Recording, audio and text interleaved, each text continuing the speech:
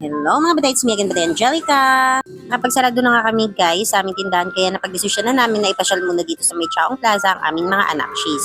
Yes po, opo, kailangan po natin mag-relax so minsan-minsan para po mawala ang mga stress sa ating katawan. So yun nga guys, nandito na kami sa May Chaong Plaza and nag-request po ang aming mga anakshis na pupunta daw kami sa may playground. Galing na kami dito nung nag-opening ng lights pero hindi kami nakapagala kasi nga ay umulan. Siyempre nga lang ay maganda ng view kasi may parang bahay-bahay ng ilaw, ganun, bahay-bahay. So yun na nga guys, naglaro lang dito saglit sa may ala-ala park ang mga bata. Hindi na nga namin sila pinatagal dyan sa may playground kasi maraming mga bata, baka magkatulakan pa. Marami nga palang mapagbibilhan dito ng mga toys para sa mga kids, yung mga ilaw-ilaw ng mga balloons, mga nag-iilaw-ilawan ng mga laruan. Kaya ayun guys, gastos malala. Kasi si Pipa, gusto ko yun, mami, gusto ko yun, ganun. Kaya nga lang kami makakapag-picture-picture dito sa mga magagandang spots kasi nga ay hindi nga kami, again, nakapag-picture nung pag-open ng lights. If you can see guys, maraming pulis na naka-standby, nahahagip ng aking camera kasi nga para ma-ensure ang safety ng mga taong namamsyal. So yun, ang ganda-ganda nga dito ng view. Dito kami sa may munisipyo. Katapos namin pumunta doon, napag-desisyon na namin na mag-perya kami kasi sa harap naman ng munisipyo ay may nag-open na peryahan. So yun na nga guys, nabagad nga ako sa paglalakad-lakad namin and pag-picture-picture kaya naghanap kami ng maiinom and napansin ko nga itong lemonade dito sa may gilid. So yun nga, 16 on, 69 pesos buy one take one. Marami nga silang flavor guys na mapagpipilian.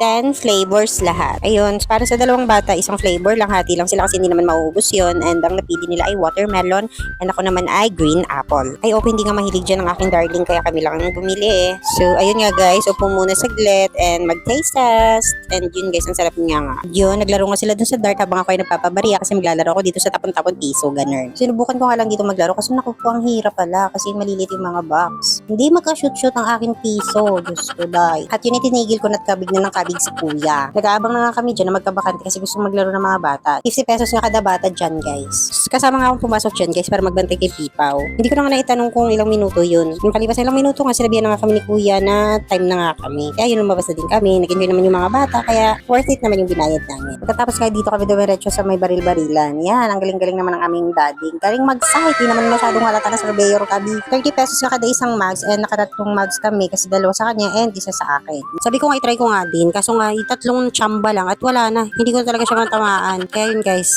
tara magbinggo. Magbibinggo nga muna tayo habang nagpapahinga yung mga bata. Kinakain din nila yung pinanalunan